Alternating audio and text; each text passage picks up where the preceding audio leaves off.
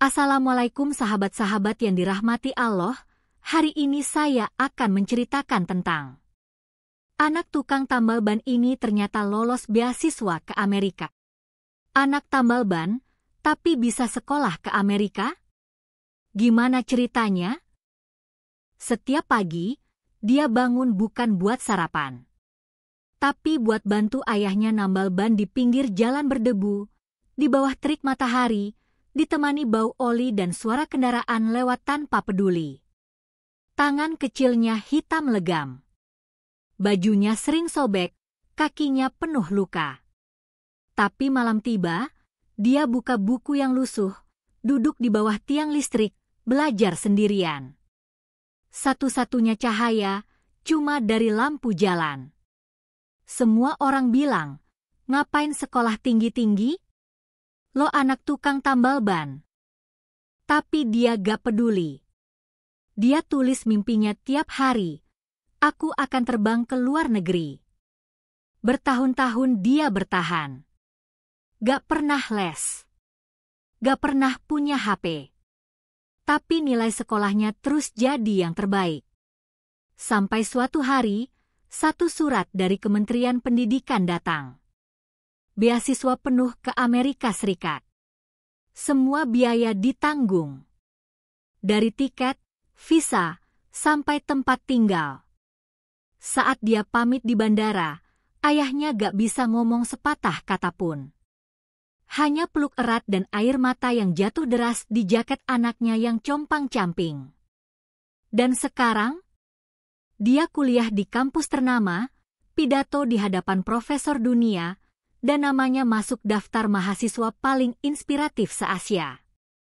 Lo pikir hidup lo susah? Coba lihat dia. Jangan skip. Kisah lengkapnya bakal ngubah cara lo ngelihat hidup. Ini bukan dongeng. Ini nyata. Tapi sebelum lanjut, like dan subscribe ke channel ini sangat membantu serta menghibur dan menjadi amal jariah bagi kita semua. Namanya Dika. Anak sulung dari 3 bersaudara.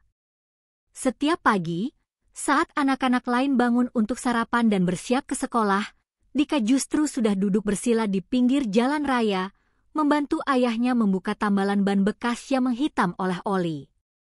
Tangannya kecil, tapi cepat. Ia sudah paham mana lem yang lengketnya tahan air, mana tambalan yang bisa bertahan dari panas aspal Jakarta. Ia belajar dari ayahnya, Pak Harun, seorang laki tua yang sudah hampir 30 tahun menambal ban di bawah pohon ketapang di sudut pasar Minggu. Dika tidak pernah mengeluh. Meski bajunya sering sobek, sendalnya tambal sulam, dan tas sekolahnya tinggal separuh resleting yang masih berfungsi. Sepulang sekolah, dia kembali ke bengkel tambal ban kecil itu. Duduk di lantai semen, ditemani aroma bensin, keringat, dan debu jalanan yang tak pernah benar-benar hilang dari tubuhnya. Tapi malam hari, di saat orang-orang terlelap, Dika menyulut semangatnya. Ia ambil buku lusuh yang ia temukan di tempat sampah sekolah. Menyalakan lampu bohlam kecil di kamar sempit berdinding triplek. Ia hafal rumus fisika dari suara jangkrik. Ia mengerti sejarah lewat bayangan tikus yang lari di plafon rumah.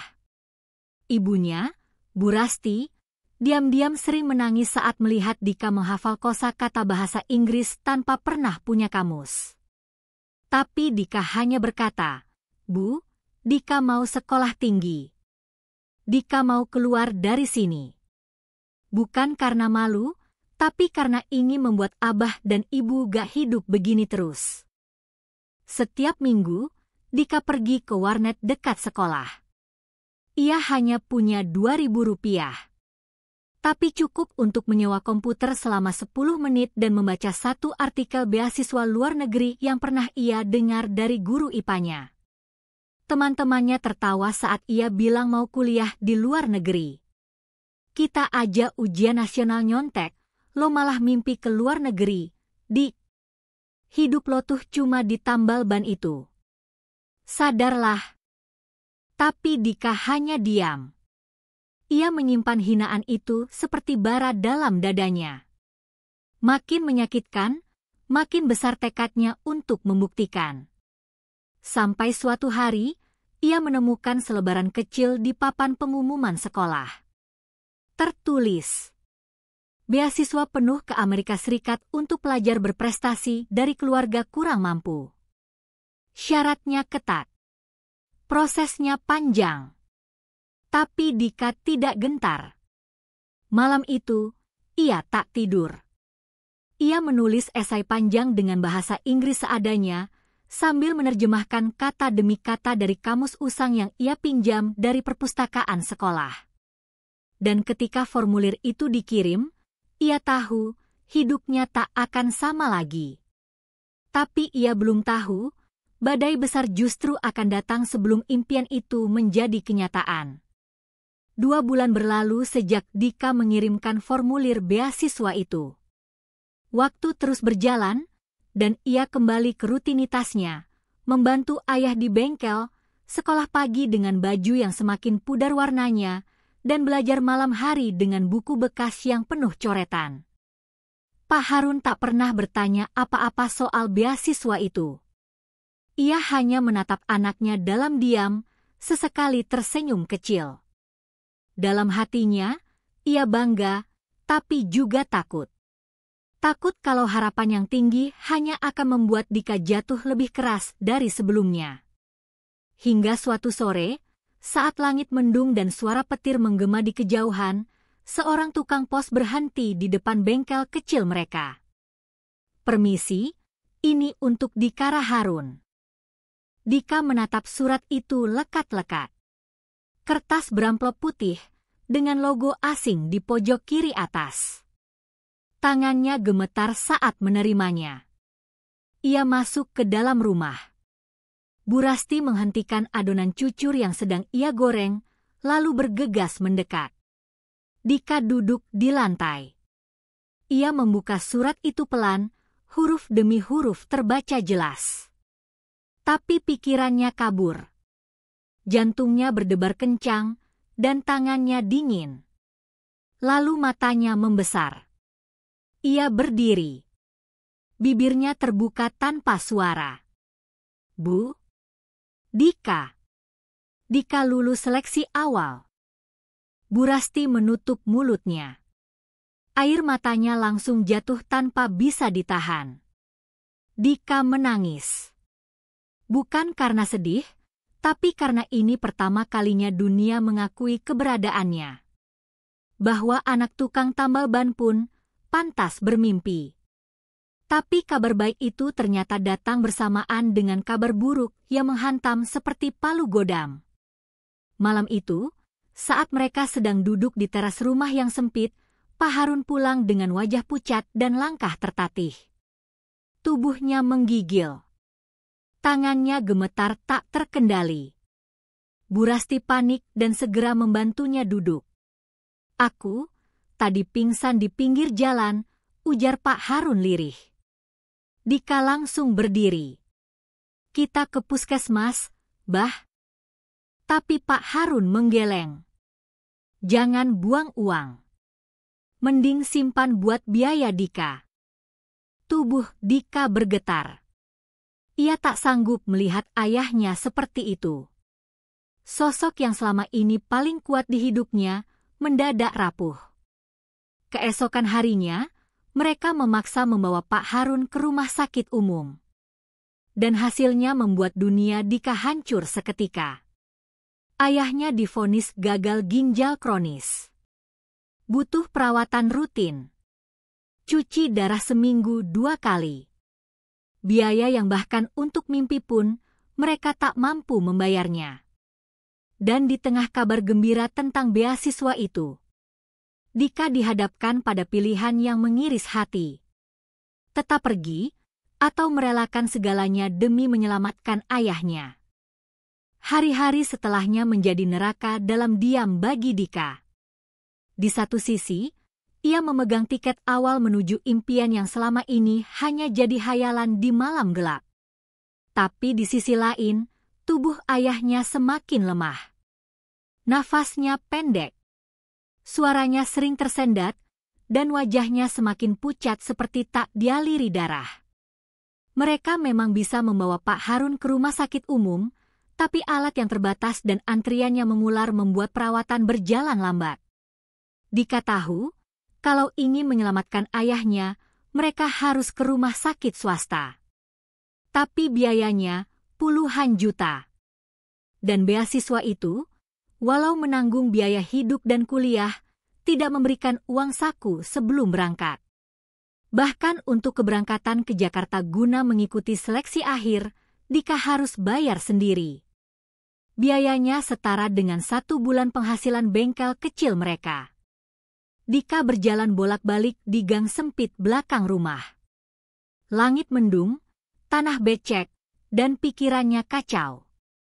Ia memegang formulir kelulusan di tangan kanan, dan fotokopi hasil medis ayahnya di tangan kiri. Ia menangis. Tak peduli siapa yang melihat. Sore itu, ia mendatangi kepala sekolah. Ia tunjukkan semua surat dan berkata tegas meski suaranya bergetar. "Pak, saya gak minta disuapi. Saya cuma minta satu hal, pinjamkan saya ongkos ke Jakarta. Nanti saya ganti. Saya bersumpah atas nama Allah." Kepala sekolah diam sejenak, lalu menatap Dika dalam-dalam. Tak lama, ia masuk ke ruangannya dan kembali membawa amplop.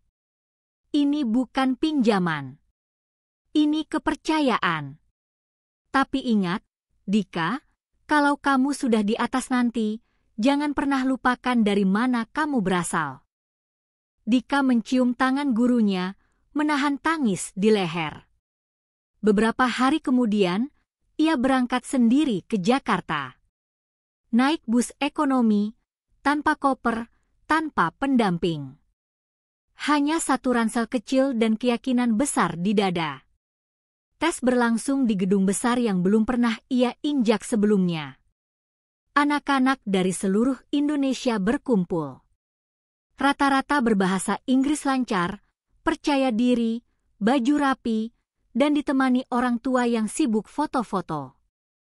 Dika hanya duduk di sudut ruangan. Ia memegang buku tulis robek yang penuh coretan latihan soal. Ia menunduk, berdoa dalam hati. "Ya Allah, kalau memang ini jalanku, tolong kuatkan aku. Tapi kalau bukan, ajarkan aku menerima."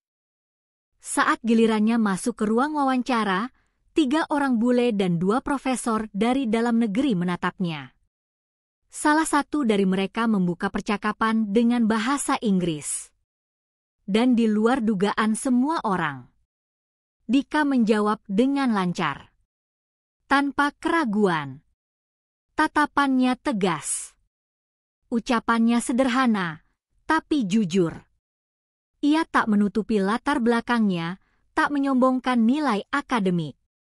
Ia hanya bilang satu hal. "Saya belajar bukan untuk hebat. Saya belajar karena saya tahu hidup saya tidak akan pernah berubah kalau saya berhenti." Wawancara itu selesai. Tapi di luar ruangan, satu persatu peserta lain mulai memperhatikannya. Bahkan beberapa panitia terdiam saat mendengar ceritanya. Namun ketika Dika kembali ke rumah, satu kabar buruk menunggunya. Ayahnya dilarikan ke UGD. Dan untuk pertama kalinya dalam hidupnya, Dika merasakan takut kehilangan yang sebenarnya. Malam itu langit Jakarta seolah menangis bersama hati Dika. Hujan turun deras, membasahi setiap sudut gang sempit yang ia lalui dengan langkah terburu-buru. Baju sekolahnya masih basah karena perjalanan pulang dari terminal. Di tangannya, masih tergenggam erat ransel kecil yang belum sempat ia buka sejak pulang dari seleksi beasiswa.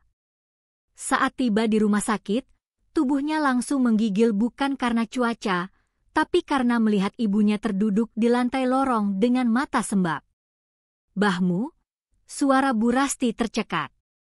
"Sudah gak sadarkan diri, Nak?" Dika langsung masuk ke ruang UGD. Bau antiseptik menusuk hidung, suara monitor berdetak pelan, dan tubuh ayahnya terbaring lemah dengan alat bantu pernapasan di wajahnya. Langkah Dika gemetar. Ia mendekat perlahan.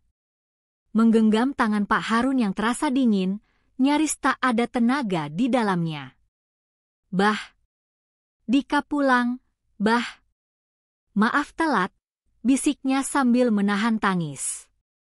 Mata Pak Harun perlahan terbuka. Tubuhnya tak bisa bergerak, tapi ada satu titik air mata yang mengalir dari sudut matanya. Perlahan, ia mengangkat jari telunjuk, menunjuk dada Dika, lalu mengepal pelan. Dika paham. Isyarat yang sejak kecil selalu ayahnya lakukan ketika ingin bilang, "Kamu kuat. Jangan berhenti." Dika dapat kesempatan, "Bah." Tapi Dika gak akan pergi kalau Bah butuh Dika di sini. Pak Harun menggeleng pelan. Dengan suara lirih yang nyaris tak terdengar, ia berkata, "Pergi, kejar mimpi kamu, jangan kayak Bah." Setelah kalimat itu, detak monitor berubah. Garis di layar merambat lurus. Dika menjerit. Suaranya pecah di dalam ruangan. "Bah? Jangan tinggalin Dika. Bah." Tapi tubuh itu sudah lepas dari raganya. Senyum terakhir Pak Harun tetap terpatri. Senyum bahagia karena ia sempat melihat anaknya berdiri tegak. Bahagia karena ia sempat mengatakan satu kalimat yang ia simpan seumur hidupnya. Pemakaman berlangsung sederhana. Hanya tetangga dan kerabat dekat yang datang. Tak ada pelayat mewah. Tak ada karangan bunga besar. Tapi saat Dika menabur bunga di atas tanah basah yang masih baru digali itu, ia mengucapkan sumpah dalam hati. "Aku gak akan gagal, Bah. Demi ibu. Demi adik-adik. Demi semua orang yang gak pernah dipercaya, yang dihina karena miskin. Aku akan sampai ke Amerika. Aku akan jadi seseorang." Dan beberapa minggu kemudian, saat semua sudah kembali sunyi, satu surat resmi datang dari Jakarta. Dika berdiri di depan rumah. Membuka amplop itu dengan tangan dingin. Membacanya perlahan dan menangis, kali ini bukan karena kehilangan. Tapi karena ia lolos sebagai peserta utama penerima beasiswa penuh ke Amerika Serikat. Namun perjuangannya belum selesai. Karena yang datang setelah ini bukan hanya keberangkatan, tapi juga dunia asing yang akan menguji seluruh harga dirinya. Hari itu, gang sempit tempat tinggal Dika mendadak ramai. Tetangga berbaris di sepanjang jalan. Anak-anak kecil berlarian membawa bendera kecil buatan mereka sendiri. Bu Rasti berdiri di depan pintu, mengenakan kerudung paling bagus yang ia punya, meski warnanya sudah mulai pudar. Dika berdiri di tengah keramaian itu dengan kemeja putih dan celana hitam pinjaman dari guru sekolahnya. Ransel lusuh yang menemaninya selama bertahun-tahun digantinya dengan koper pemberian komunitas sosial yang mendengar ceritanya lewat media lokal. Seorang wartawan lokal mewawancarainya. "Dika, kamu punya pesan untuk teman-teman lain di luar sana?" Dika tersenyum kecil, matanya masih sembab. "Jangan pernah malu jadi anak tukang tambal ban. Jangan pernah malu miskin. Karena bukan harta yang bikin kita tinggi, tapi niat buat bangkit."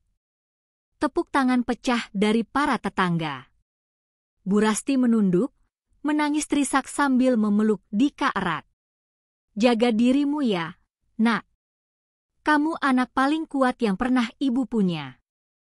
Mobil hitam yang mengantarnya ke bandara tiba. Semua orang melambai saat Dika pergi. Ada rasa haru, bahagia, sekaligus sedih. Tapi satu hal pasti, langkah kaki itu bukan lagi milik bocah yang dipandang sebelah mata. Itu adalah langkah dari seorang pejuang. Saat pesawat mulai menembus langit, Dika menatap ke jendela. Jakarta perlahan mengecil, lalu menghilang di balik awan.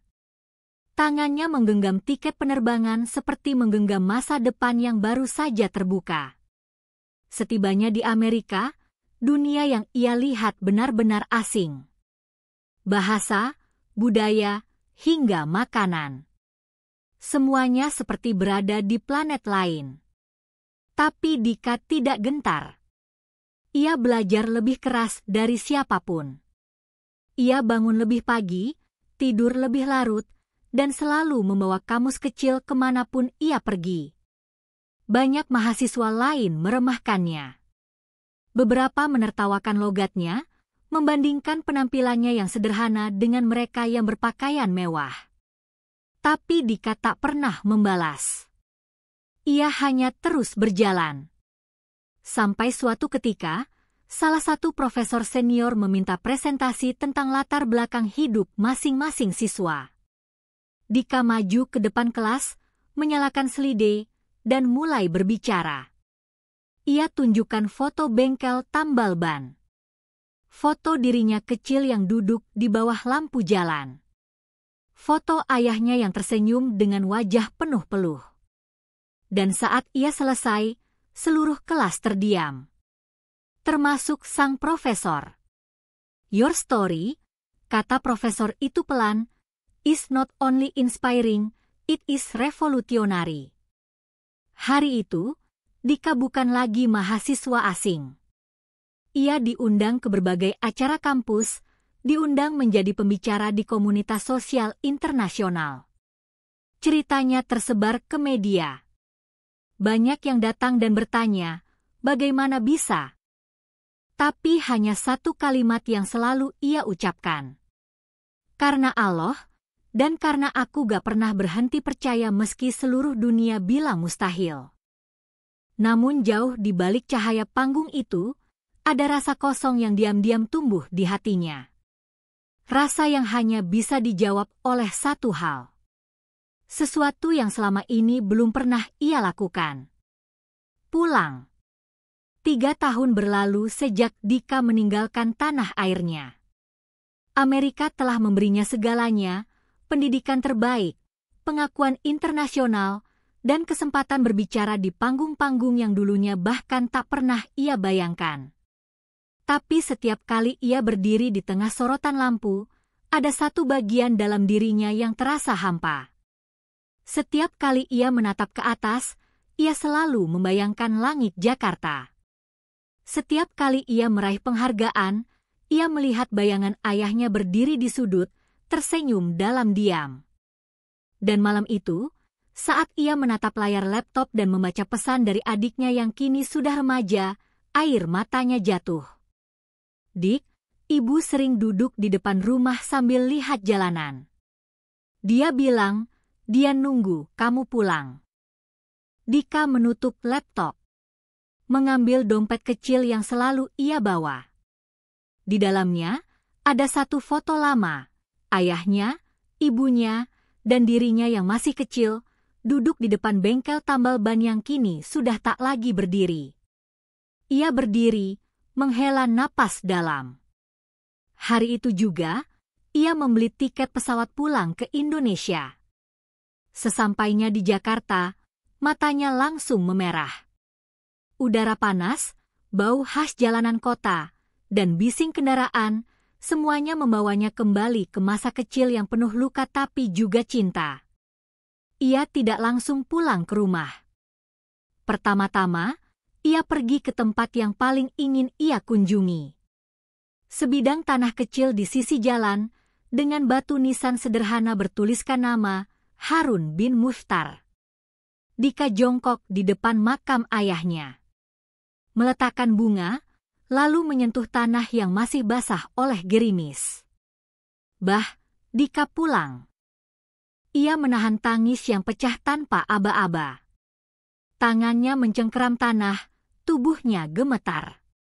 Dika gak sia-siakan semua yang Bah ajarkan.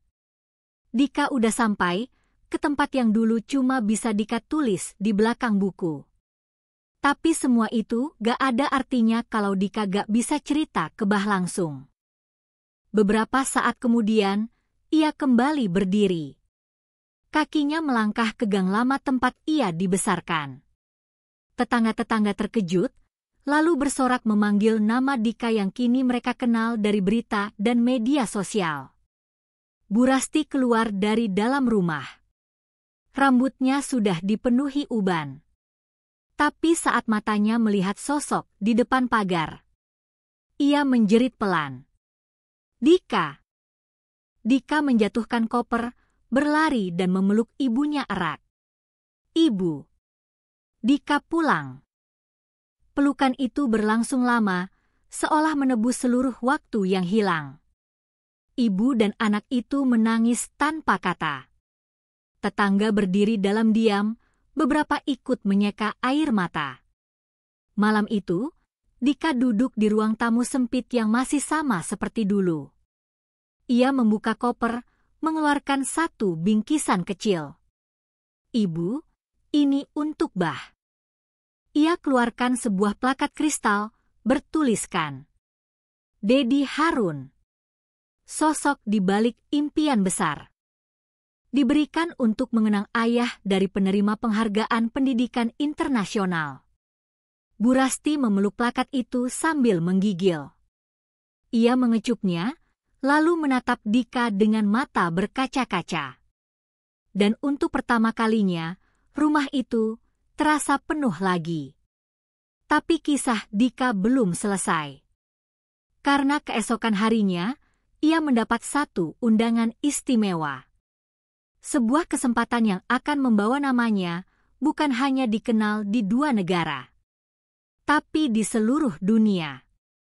Keesokan paginya, Dika mengenakan batik sederhana yang dipinjam dari pamannya. Rambutnya disisir rapi, dan wajahnya terlihat tegang tapi tenang. Di tangannya, ia menggenggam surat undangan resmi berstempel dari Kementerian Pendidikan dan Kebudayaan. Ia diundang menjadi pembicara utama dalam forum pendidikan internasional yang dihadiri tokoh-tokoh penting dari seluruh dunia.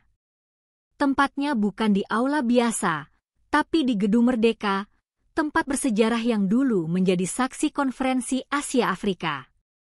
Dika duduk di barisan depan, diapit oleh profesor, menteri, dan perwakilan dari berbagai negara.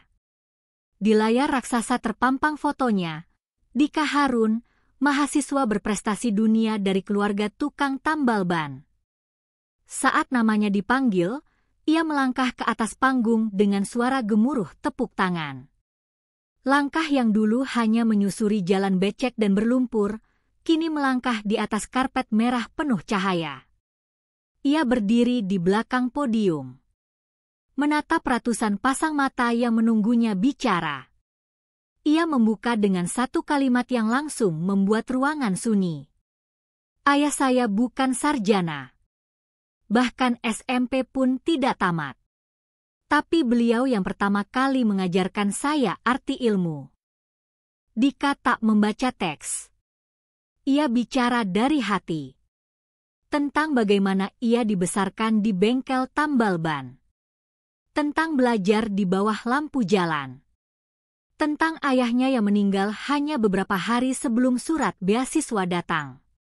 Tentang ibu yang tak pernah tidur nyenyak karena takut esok tak ada nasi di meja. Ia tak bicara dengan gaya akademis. Ia bicara sebagai anak bangsa. Sebagai simbol bahwa kemiskinan bukan alasan untuk menyerah. Bahwa pendidikan bukan hak orang kaya saja. Kalau saya bisa berdiri di sini hari ini, ucapnya sambil menatap lurus ke kamera yang menyiarkan langsung ke ratusan ribu penonton di televisi, maka anak manapun di sudut negeri ini juga bisa. Yang mereka butuhkan bukan belas kasihan, tapi kepercayaan. Saat ia mengakhiri pidatonya, ruangan berdiri memberi tepuk tangan. Beberapa bahkan menitikkan air mata.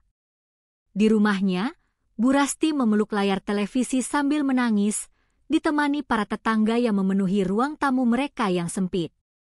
Malam harinya, Nama Dika trending di berbagai media sosial. Wajahnya muncul di berita nasional dan internasional. Banyak yang mengundangnya ke luar negeri, menawarkan pekerjaan dan proyek besar. Tapi Dika memilih satu jalan yang mengejutkan semua orang. Ia kembali ke sekolah SMA-nya. Duduk di kelas yang dulu pernah bocor atapnya, menyapa guru-gurunya, lalu berkata, "Saya ingin mendirikan beasiswa untuk anak-anak di sekolah ini. Biar gak ada lagi yang malu bermimpi hanya karena orang tuanya penjual gorengan, pemulung, atau tukang tambal ban." Guru-guru menangis. Murid-murid bersorak. Dan di halaman sekolah itulah, Dika memulai perjalanan barunya. Bukan lagi sebagai anak tukang tambal ban yang berjuang untuk dirinya sendiri, tapi sebagai pemuda yang membuka jalan untuk ribuan anak lain yang pernah merasa tidak punya jalan. Tamat. Tanya ChatGPT.